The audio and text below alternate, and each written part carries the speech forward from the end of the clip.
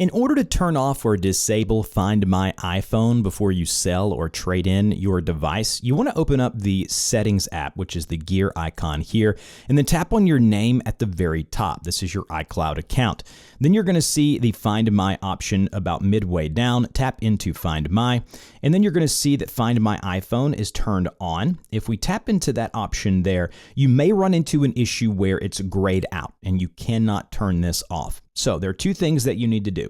The first thing that will probably fix it is to go back here into settings. And then once back in settings, scroll down a bit until you see Face ID and passcode. Tap into that section there. Go ahead and type in your passcode. Once you've done that, you want to scroll down to where you see something that says Stolen Device Protection. If we tap into that option there, you want to disable this. So go ahead and tap the green tab at the top to disable that. It'll require Face ID or a passcode. And then what you'll do is one more thing is go to screen time right here once you're under settings. Once under screen time, go to restrictions and then go to content and privacy restrictions and make sure you don't have this turned on. If that is on and over to the right, that will gray out the Find My option as well. Now navigate back to your iCloud account, go to Find My, go to Find My iPhone, and then now you'll be able to tick that option off in the upper portion of your device.